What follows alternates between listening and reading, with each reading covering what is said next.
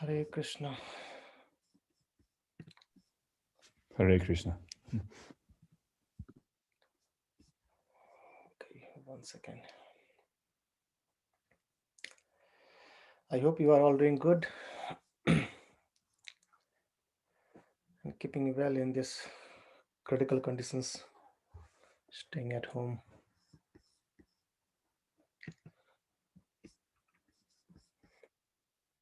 Okay, so we'll start with the prayers.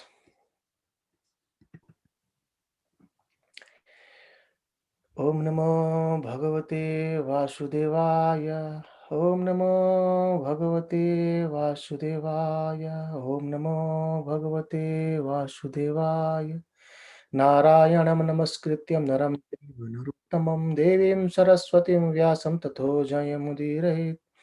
नष्टप्रायेषु अभद्रेषु नित्यं भागवत सेवया भगवते उत्तम श्लोके भक्तिर्भवति नैष्ठिकी कृष्णाय वासुदेवाय देवकी नंदनाय च नन्दगोपकुमाराय गोविन्दाय नमो नमः नमः पंकजनाभाय नमः पंकजमालिने नमः पंकजनेत्राय नमस्ते पंकजाङ्ग्रहे ओम ज्ञानतिमिरान्धस्य ज्ञानाञ्जनशलाकया चक्षुरुन्मिलितं येन तस्मै श्रीगुरुवे नमः श्रीचैतन्यमनोभीष्टं स्थापितं येन भूतले स्वयं रूपः कदा मह्यं ददाति स्वपदान्तिकम् नमो विष्णुपदाय कृष्णपृष्ठाय भूतले श्रीमते भक्तिवेदान्त स्वामिने इति नामिने नमस्ते सरस्वती देवी गौरवाणी प्रचारिणे निर्विशेष शून्यवादी पाश्चात्य देशतारिणे जय श्री कृष्ण चैतन्य प्रभु नित्यानंद श्री अद्वैत गदाधर श्रीवासादि गौर भक्त वृंद हरे Krishna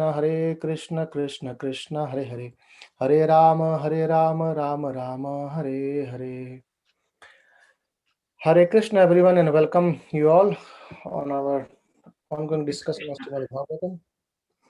And today yesterday we actually completed Canto 4 in a brief discussion, and today we'll be discussing about like whole 4 canto in a summary. And that's what we have actually studied and tried to understood. We'll just recap those. And I made some slides, so we'll share it and then I'll go. Before that, actually, we had earlier a question regarding what happens when we go back to a spiritual world. I was trying to answer it from last 2 days, but somehow or other we get less time, and today I think we should do it. So, uh, okay.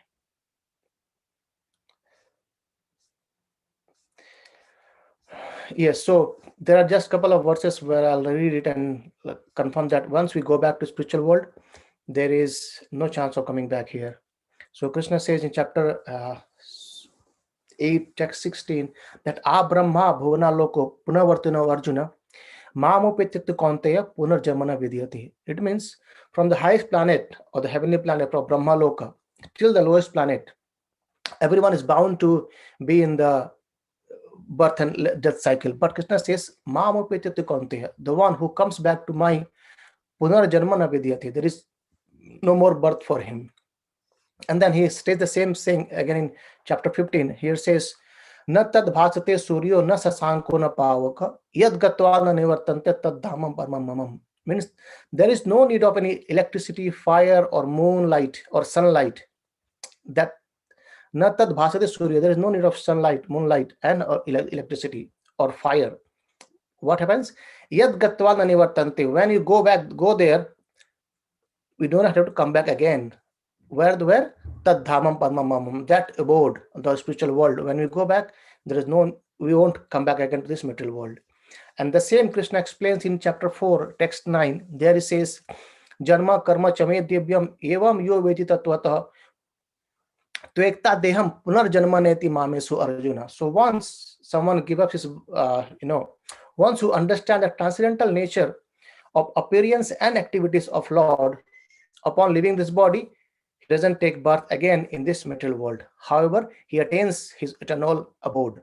And that Prabhupada, in Chaitanya Charitamrita, explained that Bharata Bhumite Haile Manusha Janma Yar, Janma Sarthaka Kari Kara Paropkar.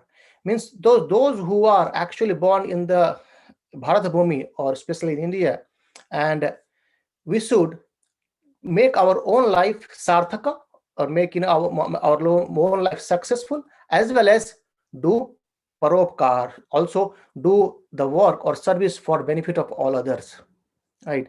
And then that is how it says. So when we go back to spiritual world, we won't come back again here. And there's one more verse I want to read, that's from Chaitanya Charitamrita. It says, Kama lagi Krishna bhaje paye Krishna rasa, Kamachari dasa haite hai avilasha.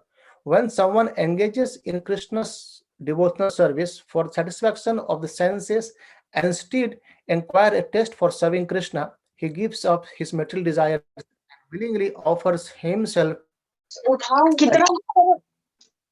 servant of Krishna. So that is how when we become the servant of Krishna, Krishna gives us the knowledge by which we can go back to his kingdom, or we engage ourselves in the service of the Lord. Remember yesterday we discussed that Prachetas, they ask the benediction of what? Doesn't matter we are in the hellish planet or in higher planet or in any spaces of life, but we need that wherever we should be there, we should be placed in the place where your devotees are glorifying your pastimes, your forms and Rupa and Leela, those things. That the real desire we should have, that to associate and listen about the glories of Lord wherever we are. It doesn't matter in this world or that world. But when we are engaged in serving Krishna's lotus feet, Krishna will definitely pull us back to his spiritual world and engage us in the service. All right. So that was we discussed. I was waiting to discuss, but not getting time to. I thought today to start it with, and I'll share my screen where we will discuss about the all four cantos in a very briefly again. Okay.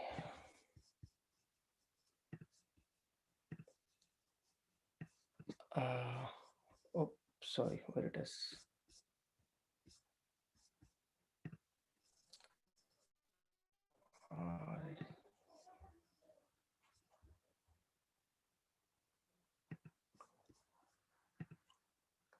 I don't know what's happening here. Just 1 second.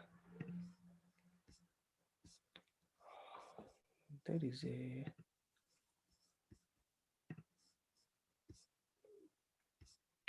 yes, should be fine now. Yes. So can you see my screen now? My goodness. Yes. Can you see the screen now? Yes. Okay, thank you very much. Sorry for the trouble. So today we will actually trying to see what we have gone through from Canto 1 to Chapter 4 in a quick recap, maybe in a 40-45 minutes or within 1 hour. So the first chapter's name is Creation, and where Om Namo Bhagavate Vasudevaya, or where we let's meditate upon him. He means the son of Vasudeva, or Lord Krishna. And the very first chapter, first verse is very, very kind of, profoundly give the definition of absolute truth, where it says that Om Namo Bhagavate Vasudevaya Janmadiyashayato Anvayat Itratastat Charteshu Abhigyana Swarat Tene Brahma Hridayadi Kavi Muhyanti Yat Surya Tejo Vari Mridam Yatha Binamaya Yatrati Sargo Amrisha Dhamna Shvena Sada Nirasta Kukam Satyam Param Dhimahi. And that explains explicitly a define about the absolute truth. What is it? It says he is the cause of all causes, and he directly or indirectly is a knower of everything. To every living entity, or to all the things what happening in this whole cosmos, he knows, from the material world as well as from the spiritual world. He knows everything in and out. It's like an engineer. He might not be working in every corner of a construction site, but he actually knows each and part what's happening there. In a similar way, Krishna knows directly or indirectly by through his energy or by himself, but he knows everything across it. And he is independent. We are dependent on everything, but he is independent of everything. Whenever he wants, he can create whatever wonders he want. And he enlightened Brahma with the Vedic knowledge within the heart. And that's how we understand that, by meditation, we can actually be enlightened the knowledge within our heart as well. And we see in Dhruva Maharaj's case, he was a small child, 5 years child. He doesn't know much. But when Krishna was pleased, and he came, he just touched his conchal to Dhruva Maharaj's heads, and every knowledge his came in his mind. And then he started glorifying to Lord Krishna. And that's how Krishna enlightens the Vedic knowledge within our heart, because he's residing in our heart as Paramatma. And then even the great sages get confused about him because of his illusionary energy, and this metal cosmos that looks like to be real because of his illusory energy, but this cosmos is actually unreal. And then the first seventh point explains that in chapter first sloka, saying that he exists eternally in the transcendental abode, right? So that is the synopsis of Canto 1, chapter 1, sloka 1. Because that's a very, very important verse. He clearly explains about the definition of absolute truth, and then he starts narrating about the whole glories of Srimad Bhagavatam. And then in the second or third verses, it glorifies the Srimad Bhagavatam and gives the quality of Srimad Bhagavatam. What is that? It rejects the Kaituva Dharma. Kaituva Dharma means a cheating religion. When we negotiation with God, that it rejects. It says about pure bhakti, with how it is ahetuki apratiyata, without any interruption and without any personal motive. And then it propounds the highest dharma, that's bhakti, by which someone can always remain in peaceful, and he can actually engage himself in service of Lord and come back to his abode as well. And it can be understood by pure heart, not by envious. It means that someone to understand Srimad Bhagavatam or Bhagavad Gita, he should have a complete understanding that yes, Krishna is the supreme. And when we have this understanding, also this understanding comes slowly and gradually as well, but our heart needs to be pure. It means what the scripture says, we should accept it. If something looks to be, we don't agree or disagree, then we should try to check it with a spiritual master and try to understand it, rather than saying it's wrong or I don't believe it. Whatever there in the scriptures, these are all correct, but we need to have the understanding properly, either by our own or mostly by our spiritual masters. In chapter 13 of Bhagavad Gita, Prabhupada writes there in the last couple of lines in the purport that this knowledge is so secret and so depth that person needs to approach a spiritual master and understand through him. And then it provides about the real substance, not the shadow. This cosmos is actually a shadow of spiritual world, and that also defines in chapter 15, where we can see in the corner of a lake or ocean, in a lake basically, or maybe in a pond, we see that the tree reflect onto the ocean, on the lake. So the water reflection, a real tree is actually standing on the earth, but we can see the reflection on the water. In a similar way, the real substance is actually spiritual world, but this is our shadow in the material world, which looks to be real, but it's unreal. And then it uproots the threefold miseries, very importantly. So threefold miseries, we discussed that the miseries we get from our body, maybe we have fever or tired or all the things we get, and from our surroundings, maybe relatives or friends, circles, or everything. And then third one is from the natural calamities. So these three miseries is uprooted here. And today in the morning, I was listening. listening a lecture from my Guru Maharaj. There also he says that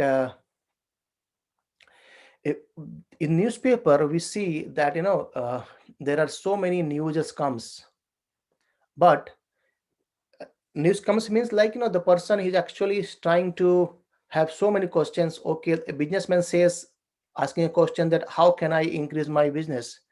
A student says how can I secure good marks, and so many other questions. But the real questions that how can I approve the miseries, no one asks this question.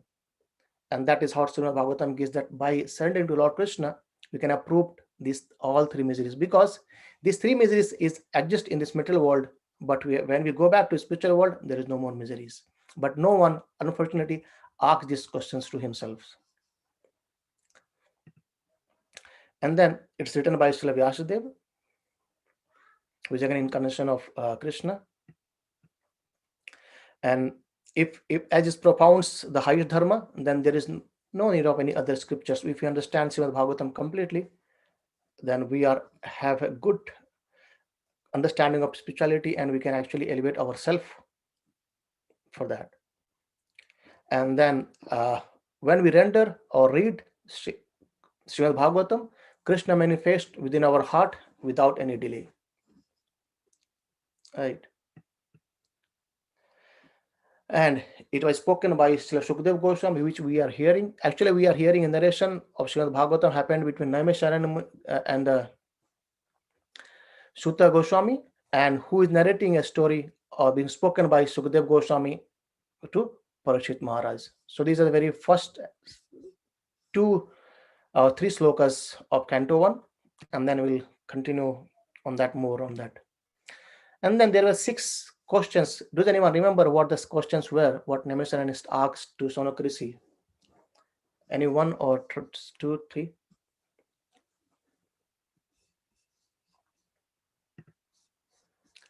I know it's a bit long back, maybe 1.5 months back, nearly. Anyway, so the 6 questions was what ultimate good for people in general, and the answer was given as bhakti. And the second question was, what the essence of scriptures. That is again the 2 questions relatively answers was given as bhakti is the topmost thing. And essence of all scripture is also to do bhakti. And then the third question was, why did Lord appear in the womb of Mother Devaki? It's actually to give pleasure to his devotees. And the fourth question was, want to hear about various incarnations. So we understood about 3 Purusha avatar, like how this creation happens. From Mahavishnu, it again comes to Mahavishnu to Garvadakasai Vishnu, from Garvadakasai Vishnu to Shodakasai Vishnu, and from Mahavishnu all the universes comes, and he expand himself into each universe, and from that universe, from him Lord Brahma appears. And then when Lord Brahma create this creation, secondary creation, and he again expand himself as Kshirodakashayi Vishnu and enters into each living entity. And then we also understood about 3 Guna avatars. Guna avatar is Brahma, Vishnu, and Mahesha. Vishnu for maintaining this cosmos, and Brahma is for creation, and Lord Shiva is for destructions. These are 3 Guna avatars. And then the 5th question was, I want to hear more about Leela avatars. Then Sukadeva Goswami they explains about the all nearly 22 incarnation of the Lord, and then at last in 3rd chapter he says, Etecham sa kalapam sam Krishnas to Bhagavan Swayam Indradi Vaikulam Loke Mradayanti Yuge Yuge. So Krishna's supremacy is being again told there, that Krishna is the fountainhead of all the incarnation. Every incarnation comes from it, and we actually elaborately will see in that the PPT earlier as well. And the last question was asked at where did dharma took place when Krishna went to his loka after finishing his fast times. So where did dharma take shelter? And they says, dharma came, or he again incarnated in the form of Srimad Bhagavatam. Right. So that's basically comes in chapter 1, Canto 1, and there we discussed more about how Srimad Bhagavatam came, that Sri Krishna Dapayana Vyasadeva was not satisfied with writing all the literatures. he was a bit confused. And then he asked, Narada Muni appeared there, and Narada Muni cleared his doubt, and he instructed him to write more focusedly about Lord Krishna's glorification, about his devotees, and all the pastimes of Krishna's that we'll see in Canto 10. And then we see how son of Drona was punished, and he's left 6 Brahmastra at the end to kill Pandava, as well as Parashit Maharaj, who was in the womb of Uttara, and he was being saved by Lord Krishna. And then Kunti Maharani starts praying to him in a very elaborate way. You are, it's very difficult for you to be known, and there's a curtain of Maya, and she hides you to be known by Krishna from people, but by devotional service you can be known very easily, and by all the material opulences or intelligence or anything else you won't be able to know, but just by simple surrender to you can be known. And then we see how Vishnu Pitama gave up his body, and he instructed, before giving his body, he instructed to Yudhishthira Maharaj. And then from there we see how Krishna played a role to glorify Vishnu Pitama as well, and a glorious prayer by Uttara as well, that please save me, no one can save me, or save my baby in the womb. And Krishna saved that. He entered as a thumb size, and he saved Maharaj Parishit within the womb, and he gave darshan to here. And here also my Guru Maharaj today is talking. He's speaking in the lecture. He said that actual self-realization starts within the womb of the mother. So that's a very, very important thing my Guru Maharaj told today in the lecture, that we normally go for abortion and other things, but actually if you see, the real nourishment starts within the womb. And Parishit Maharaj could see Krishna within the womb of his mother Uttara. And also we see about Abhimanyu, he was in the womb of what was the name? Sorry. Subhadra. Yeah. And Arjuna was speaking about the arrow things over there, how to fight and all these things. He know over there. And then Maharaj Parishit, he received Kali, and he punished Kali, but he didn't kill him, and he rewarded Kali as well. 6th place, Dyutam Panam, 5 places. Dyutam Panam Striyasunam, where there is intoxication, where there is gambling, when there is illicit connections with the woman, and hence you go on the side there. Also he gave the 5th one as the gold. So these are the 5 places Kali was given at the time. And then we see how Parashit Maharaj was being cursed by a Sringi, who was a son of Shamik Rishi. Unknowingly the child cursed Parashit Maharaj, but Parashit Maharaj was still so kind of calm that, okay, my death has come now, let me go and see how to get the benefit out of this for 7 days. And then Srimad Bhagavatam, Sukadeva Goswami appeared and spoke Srimad Bhagavatam to him. Right. In a similar way, we see how the Canto 1 goes, and in 2nd Canto we see about how to practice Ashtanga Yoga and achieve liberation was being explained by Sukadeva Goswami.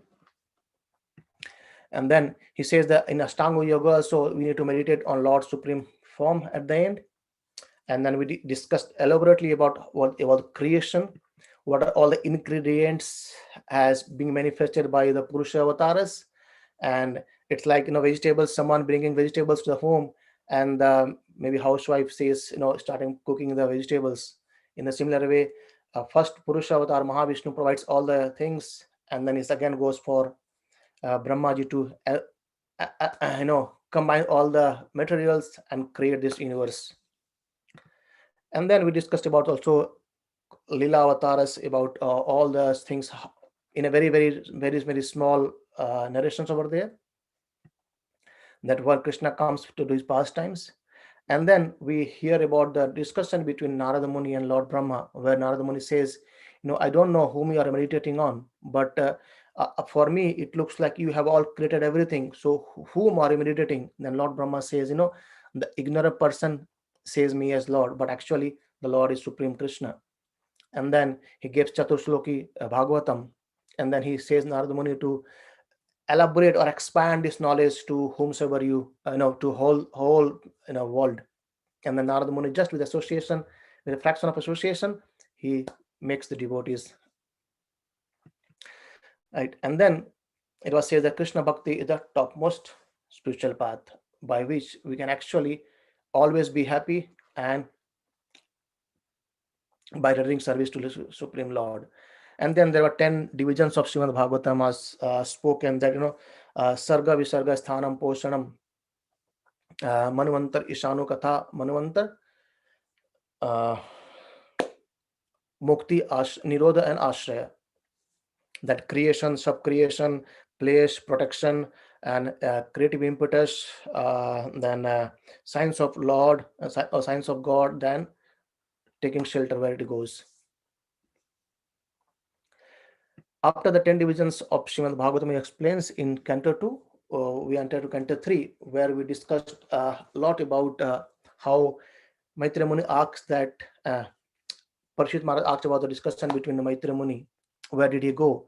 And then Vidura met with Uddhava, and then he met with Maitreya Muni. Uddhava was actually, he became static by remembering Lord Krishna's wonderful pastimes, and he could not speak for a long time.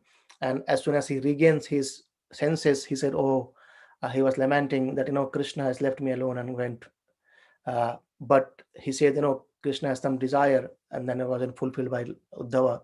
And then Uddhava guided Vidura to meet Maitreya Muni, and then we see Canto 3 and Canto 4 while the discussion happens between Maitreya Muni and Vidura. And there we says about it explains more about also creation, the different parts, the time, and other things were explained there, the divisions of time, and also small particles and atoms, and more minor things over there.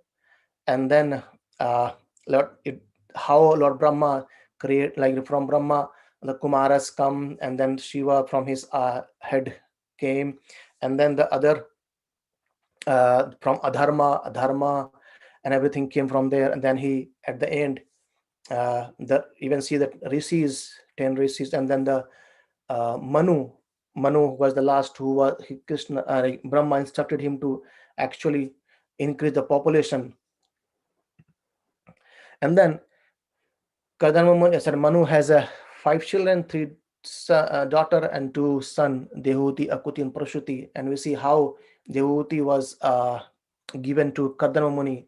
And in between also we see the a bit small discussion about when Manu asks that, no, I need a place, I need a sthana to create this population.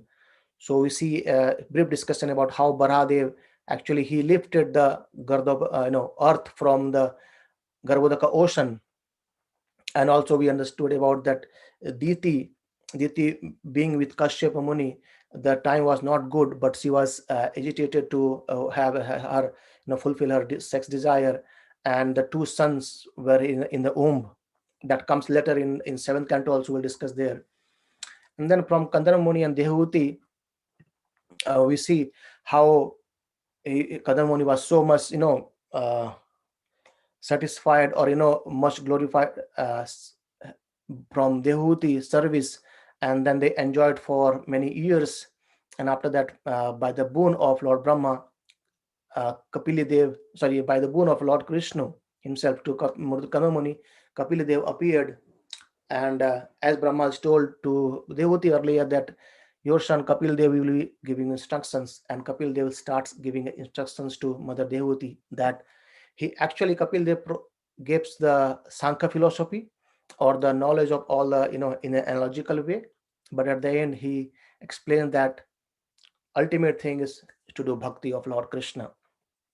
And he glorified more about, he explains about Gyan Yoga, he explains about Dhyan Yoga, or both margas, both the path of Gyan and Dhyana. But at the end he says both needs to cultivate at the end to bhakti. Then only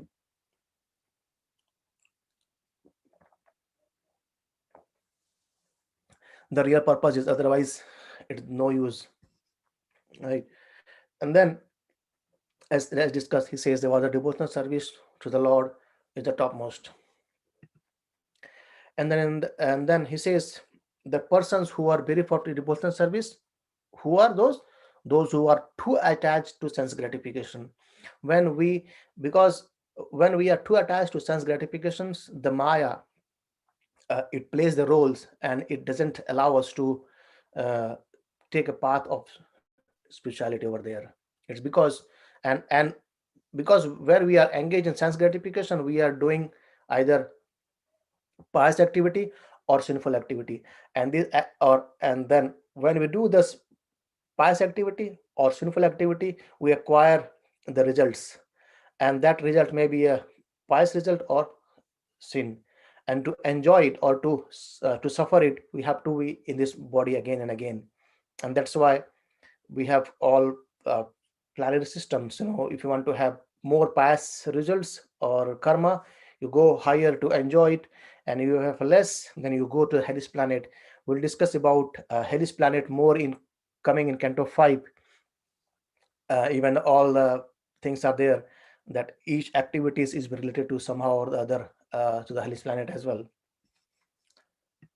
And by this, we enter to Canto 4, where discussed about nearly on kind of uh, 8 to 10, 10 days, where we discussed about the lineage of daughters of Manu, Akuti, Prasuti, and Dehuti. And then we see a very nice kind of discussion, or maybe contract between both Daksha Prajapati and Lord Shiva. Lord Daksha Prajapati was a bit more uh, kind of envious of Lord Shiva because he was not being respected. However, Lord Shiva was actually on meditation, and also in position also Lord Shiva is higher than him. But Daksha Prajapati, he he says, he should be respecting me because of his envious. There were so many people on the assembly, and everyone stood up to respect him, but just Lord Shiva did not got off. He became angry, and he started saying so many harsh and bad words to Lord Shiva. And then even then Lord Shiva's associates Nandi and other, they started cursing to those, and from Daksha Prajapati, the Brahmanas, they started cursing to each other. And then we see how this all happened. And in between we see that Daksha Prajapati, to insult Lord Shiva, again he did one more yajna, where he invited everyone but not Lord Shiva. And then Lord Shiva, uh, his wife Sati, so the daughter of Daksha Prajapati, so Sati, she wanted to come to the sacrifice, to come and meet with the family members, her sisters, and his father.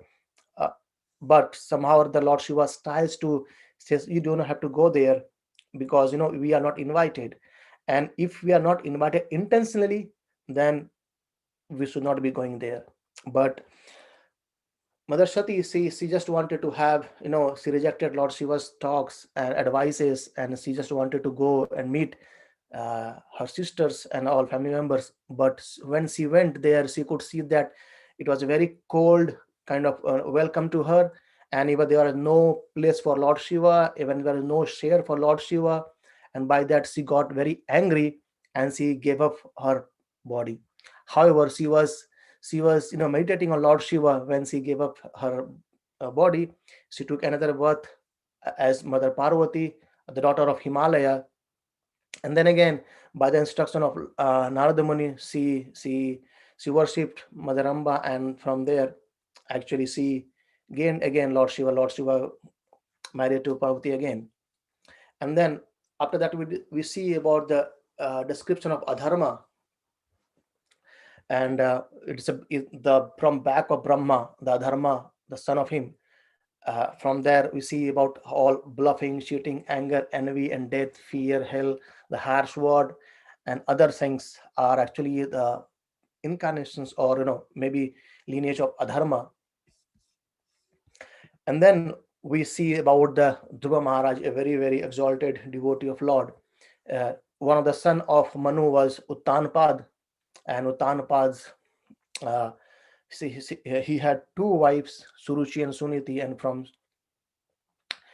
Suruchi we have I think yes, from Suniti. So from Suniti, see, and from Suruchi's daughter, his son was actually Dhruva Maharaj, but Suniti, she did not wanted to uh, give the share, or she insulted even to Dhruva Maharaj, and Dhruva Maharaj went back. She said actually that, if you want to sit on the thigh of your father, then you have to come from my womb. And then it hurt a lot, and he went back to his mother Suruchi, and Suruchi said that, whatever comes to us, it actually because of our own past karma, so you don't have to blame others. Rather, take the instructions what she has given you, that, you need to worship Lord Vishnu, and please Lord Vishnu and fulfill your desire. And then Dhruva Maharaj went, and we see in just 5 months, just by very severe austerity, by standing on one leg, even the thumb, he could see the earth, it tilted the earth, and all the higher planets, they were got worried. And then Lord Vishnu, he came up, and he bestowed his blessing onto Dhruva Maharaj, and Dhruva Maharaj will come back and being glorified across all the world. And then he ruled for so long, 36 years of 36,000 years. And then he also got a Dhruva Loka, the pole star that was given by his place for him. And then at the end, he went back to that planet, Dhruva Loka. And then we see is about his activities and lineage. In his lineage, we see Prithu Maharaj. Actually, Prithu Maharaj, we see uh, in between, before Prithu Maharaj, there was an Anga, and Anga's son Vena was actually very crooked. And so Anga also said that, having a good son is having a bad son is kind of,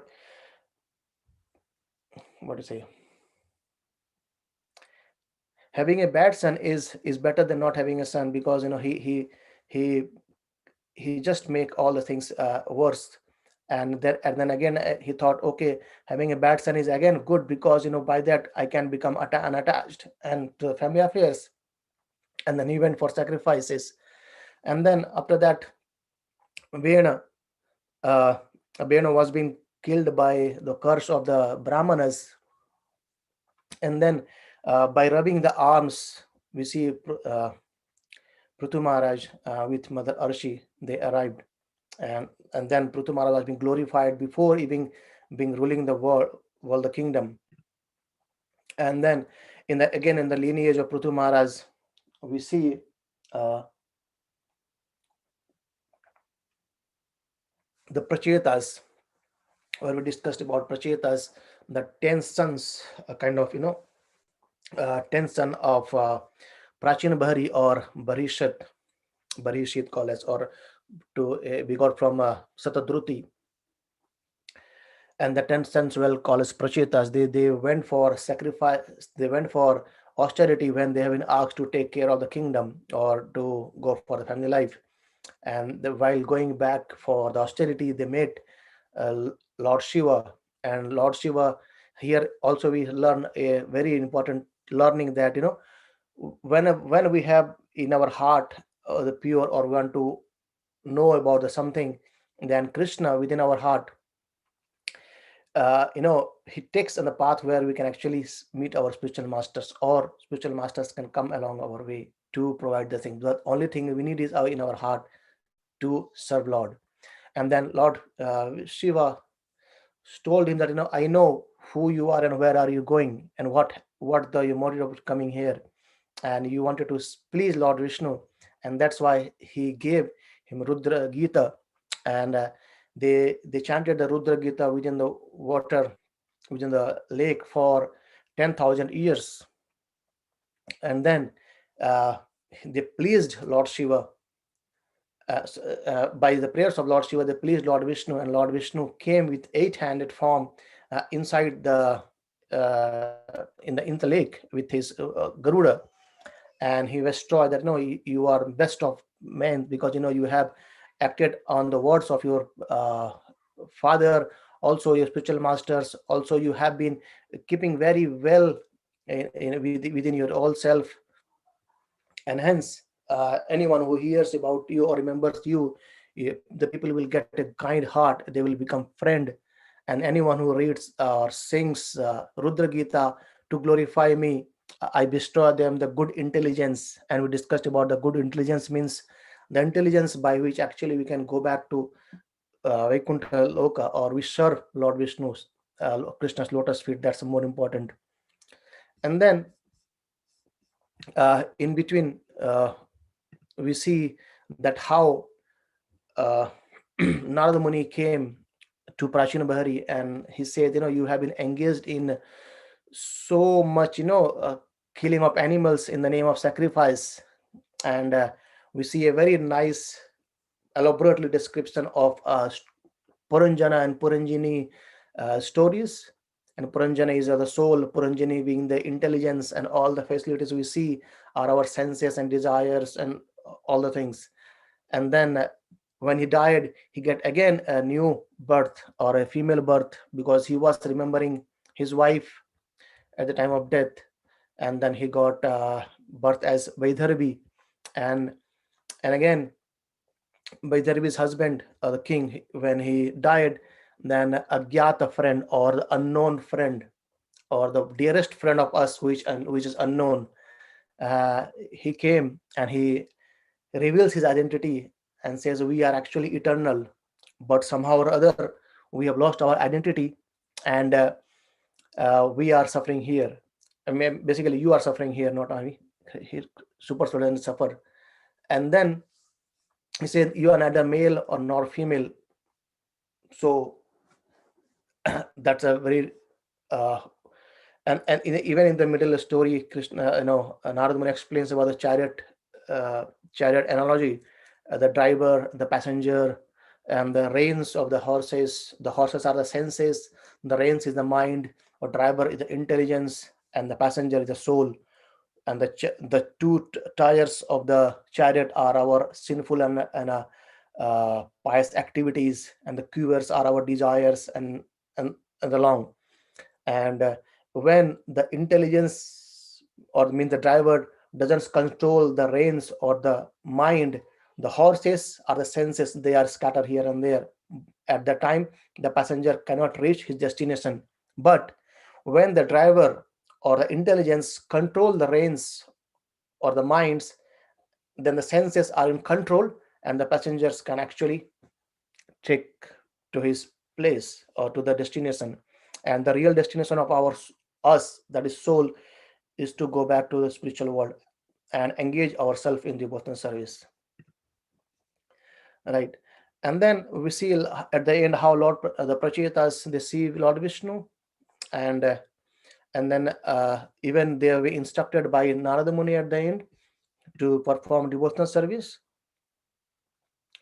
And they married to daughter of trees, Marisha, and they begot a son called Daksha. He's the same Daksha Prajapati earlier, and we will continue there from there in Canto 5, more onto that.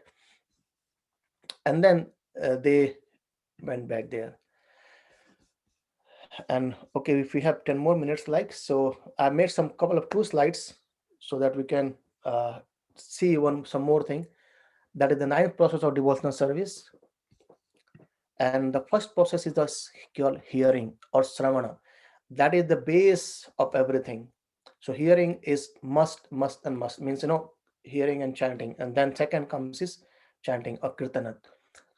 So Sravanam, Kirtanam, these are the kind of steps towards devotional service. And when we are engaged in these two, then we start remembering Krishna or Vishnu Smaranam every time.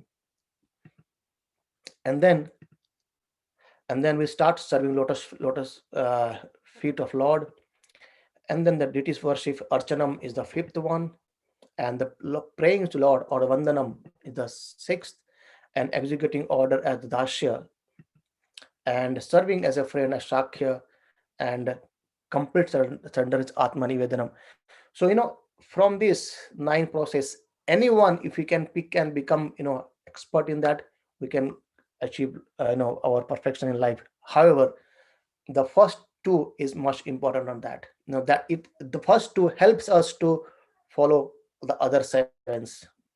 So hearing, chanting, and even Lord Chaitanya Mahaprabhu says that in Kali Yuga the best way is Hare Nama, Hare Nama, Hare Nama Eva Kevalam. So just chanting the holy name of Lord can give us everything, right? So these are the 9 process of devotional service: Sravanam, Kirtanam, Vishnu Smaranam, Padashevanam, Archanam, Vadanam, Dashyam, Shakyam, and Atmanivedanam. At the end, complete surrender to Lord Krishna. Krishna says in Bhagavad Gita as well, Sarva Dharma Parityaja Mamekam Saranam Braja. Aham Tvam Sarva Papebhyo Mokshasmi Masucha. So do not fear anything, just take my shelter, I will do the rest, And then going ahead on that, it comes in 12th canto where we see that Maharaj Parikshit says, Sukhdev Goswami says to Maharaj Parikshit, saying that Kalir dosho nide rajan asti hai ek mahan guna kritnad eva krishna se mukta sangha param brajit. We understood that to being in Kali Yuga is not bad. In fact, it's very good, because in Kali Yuga the easiest process is chant the Hare Krishna Mahamantra and go back to the spiritual world. As if raining is not bad, but when we have the umbrella, we won't get wet and we can enjoy rain as well. So in a similar way, when we are in Kali Yuga, it's not bad, but when we are entangled in this, that makes us worse. But if you take the path of spirituality or take the shelter of Hare Krishna Mahamantra, then everything will be complete. And then he says, my dear king, although Kali Yuga is an ocean of faults, there is so many faults in this Kali Yuga, but there is still one good quality about this age. That's what? Simply by chanting the Hare Krishna Mahamantra, one can become free from metal bondage and be promoted to transcendental kingdom. So Kirtanad Eva Krishnasya clearly says about the Kirtana of Krishna. Right. And there's the last slide for today, where it says that why Kirtan, right? Or why Mahamantra? Maybe you can ask a question. There it says, Kritayad Dhayato Vishnum Treyatam Yajato Makhai Dwapara Paricharayanam Kalautad Hari Kirtanam. Whatever result we can obtain in Kali Yuga, in Satya Yuga by meditating on Vishnu, and that same effect or same thing we can be getting in Treta Yoga by performing sacrifices. And in Dwapara, the process of self-realization was the service of Lord's lotus feet. And in Kali Yuga, it is just Kalau Tad Hari Kirtanam, the last line. So in Kali Yuga, Hari Kirtan is the topmost one. And Hare Krishna, Krishna Krishna, Hare Hare, Hare Ram, Ram Ram, Hare Hare. So by just chanting this Mahamantra, we can actually see the effect of Mahamantra, and we can engage ourselves in service of Lord, and we can go back to spiritual worlds. There is also in the whole 4th canto, we hear the same thing from everyone, that important thing is rendering devotional service, engaging with devotional, maybe the devotees who speaks about Krishna Katha. That's all being told by all the exalted devotees as of now until 4th canto. So I would like to stop here, and anyone have any questions, please let me know. Prabhu, I have a question. Yes, please. Prabhu, regarding the 10 avatar, the 10 avatars of Lord Vishnu, if possible, could you tell me which yug Sri Ramchandra and Sri Narayan was there. And I mean, So see, actually, it all happens in different yugas as well. okay. So, but if you see about Ramchandra, it just happened in Dwapara. Sorry, Treta. So and what I mean to ask is, like, so in Satyajug it was Narayan, correct? Nar Narayan Rishi that we see in Badrik Ashram. Badrik Ashram means in Badrinath. Yes. Nar Narayan. Why is it called Nar Narayan? So because he came as Nar and Narayan, and it explained that Narayan is Vishnu, and also Arjuna was also the form as called as Nar as a human. He gave instruction over there as well. So which avatar was Ram? Was it the third or fourth or fifth in terms of lineage? It's not lineage basically. It's not count as well, but that may be in a sequential. If you see, Sukadeva Goswami, this says about 22 avatars over there, and in that it comes nearly as 18 or 19, if I'm not wrong, over there.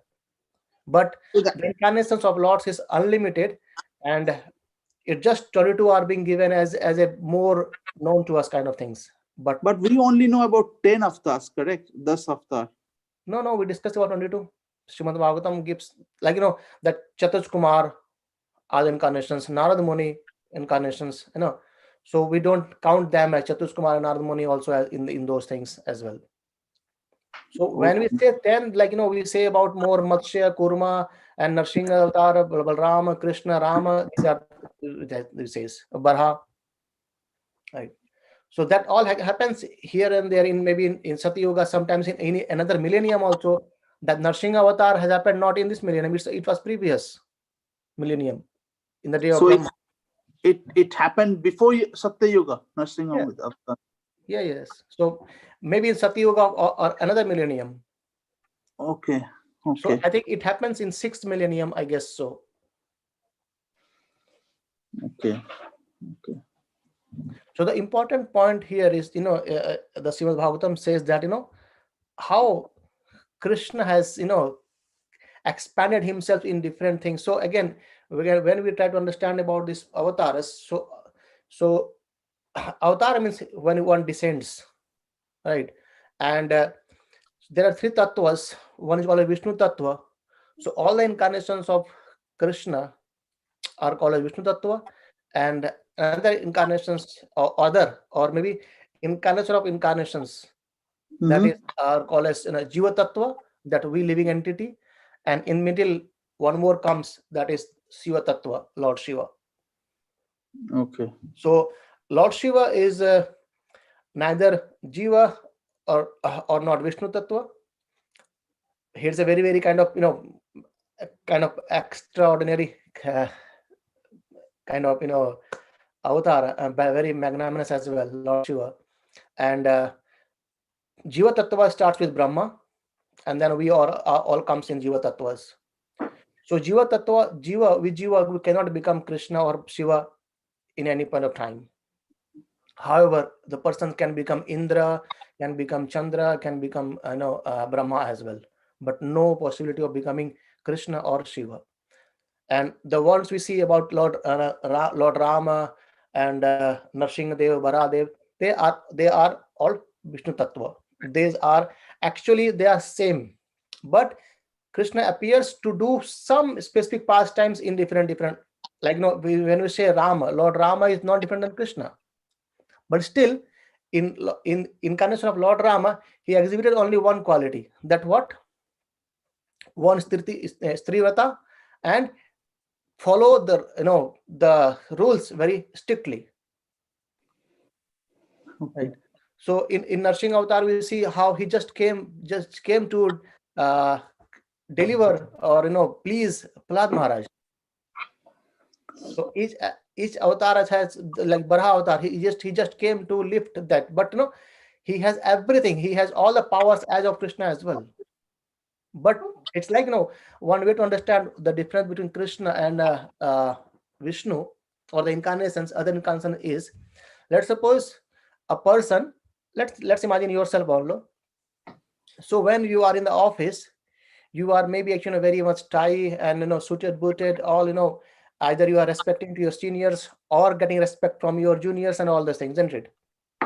Right. However, the same person, let's imagine you yourself as you are a CEO of a company, right? I Everyone wish. respects you. That's okay. And everyone respects you over there. In every meeting, you are being said as boss, boss, boss, and boss. But however, when you comes home, and imagine you have a 2 years old child, and she's saying, "Okay, Papa, get down, become a cow or dog. I'll go back here on your back and enjoy myself, enjoy the ride. Become a horse, I'll enjoy the ride."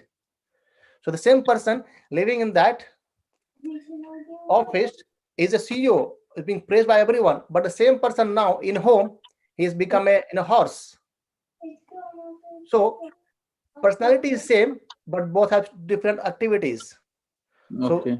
Krishna is there, he's enjoying all the time.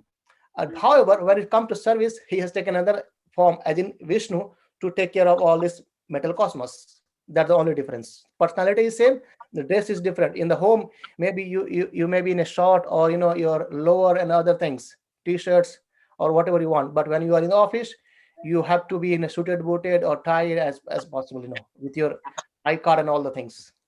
And Prabhu, that is one why, Prabhuji, that is why, like, it was only Krishna who said that I am Bhagavan, Yes. right? Ram did not know, or Narsi Avatar also did not actually say that out loud. Neither Varaha Avatar or anybody else, but it was only Krishna who said that, yes, I am God. Yes, Right? very profoundly Krishna says, because someone has to claim that I am the same. Even you see the Bhagavad Gita, many a time Krishna says the same thing. When you come to my abode, you are there. Right. However, when we see about the devotees, well, like Prahlad Maharaj praying to Lord Narsingha, he says, you are the Supreme Lord, same Supreme Lord. And we see that ete chamsa kalapamsam Krishnastu Bhagavan Swayam. So Krishna is the one who is the supreme, is the fountainhead of every incarnations. Prabhu, one more question. Yes, please. Prabhu, why did Brahmaji give birth to Adharma? Wow, good question. And if you remember, when we're discussing about the adharma, and there we discussed that when we hear these past tense of adharma, the person purifies himself. It means that the person has a good knowledge of what the wrong things are, what adharma is, and he won't act on that aspect. And why did he give birth to adharma? I do not have the answer for it. I might have to find it. But the important thing, the learning comes from there, that when we hear about that adharma from the Bhagavatam, the propensity of doing adharma within us is minimized, or it gets erased as well. That's the important thing, actually. And also maybe to balance the good and evil, maybe, like, because Yeah. every positive requires a negative, I guess. Yeah, maybe. Definitely. Because always there is a plus and minus is there. So we need something as well. So, Prabhu, is Adharma and Kali interrelated? Adharma and Kali is interrelated in one sense, because in Kali Yuga, Adharma has more kind of acts. So if you see in Satya Yuga, so the enmity were between different planets, or gods and the devils. But when it comes to Treta, it remains in the same country but in different countries. Like Lord Ram, and in India he was in Sri Lanka, Lord Ravan. Ravan. And then when it comes to Dwapara, it comes within the same family, the same two cousin brothers, Yudhishthira Maharaj and Duryodhana. But in Kali Yuga, that has come within the same person. So all the envious and jealous and all the things is within us. So in Kali Yuga, we have to fight within our own self for self-realization. Because as I said, earlier there used to be a fight between the planets or the gods, demigods, and the demons, and then it came to two different countries, and then it came between two in the family. But in Kali Yuga, we have to fight within our own self. Prabhuji, one question. Do we know when exactly Bhagwan will come as an avatar in Kali Yuga? Does the scripture say that? Yes, Bhagavatam explains that, not exact time, but he explains that in nearly end of Kali Yuga, he will come as a Kalki avatar, and his father name will be some Vishnu something will be there. His father name that's been described in Bhagavatam.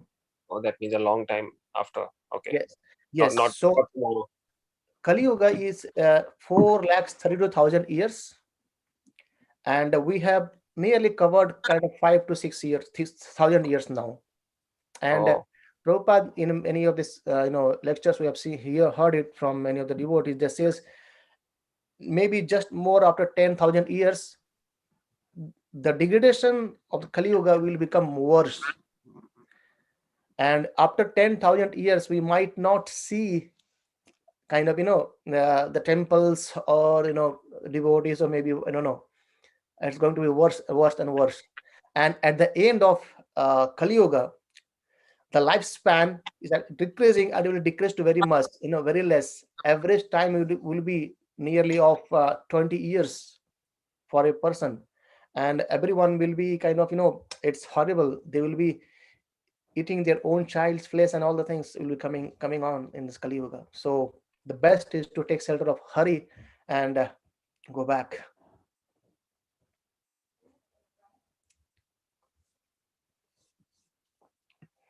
Okay, any more questions? And I think thank you everyone for coming up with the questions and being interactive. And today anyway we have completed 1 hour. And I hope today's session was a bit quick, and we could recall all the things what we have discussed.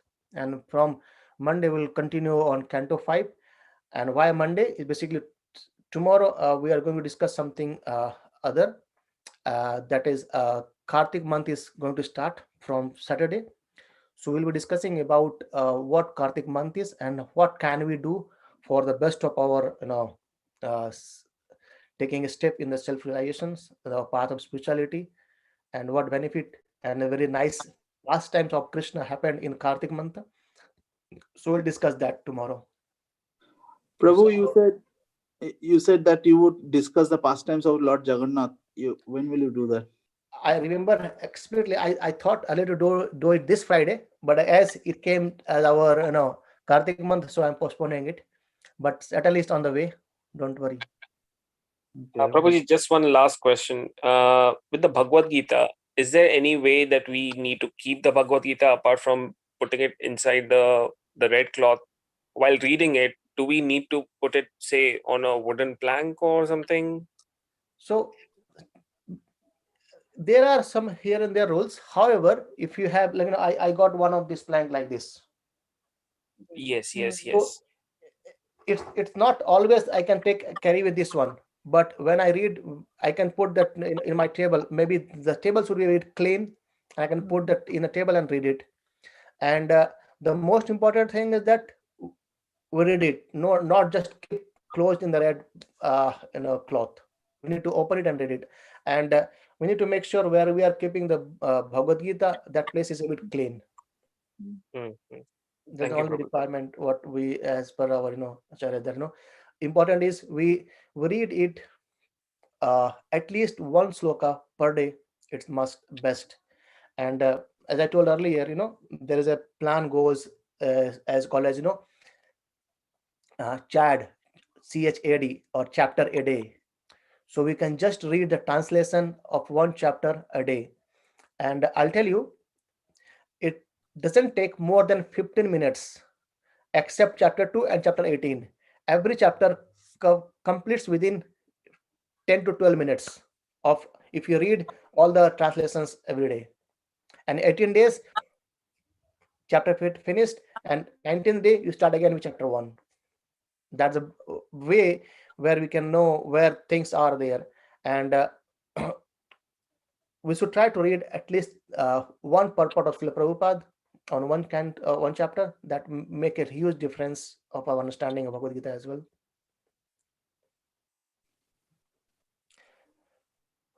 Okay, thank you everyone. Grantaraj Srimad Bhagavatam ki, Jai. Shri Prabhupada ki, Jai. Jai. Koti Vaishnava Vrinda ki, Jai. Hare Krishna. Hare Hare Krishna. Krishna. Hare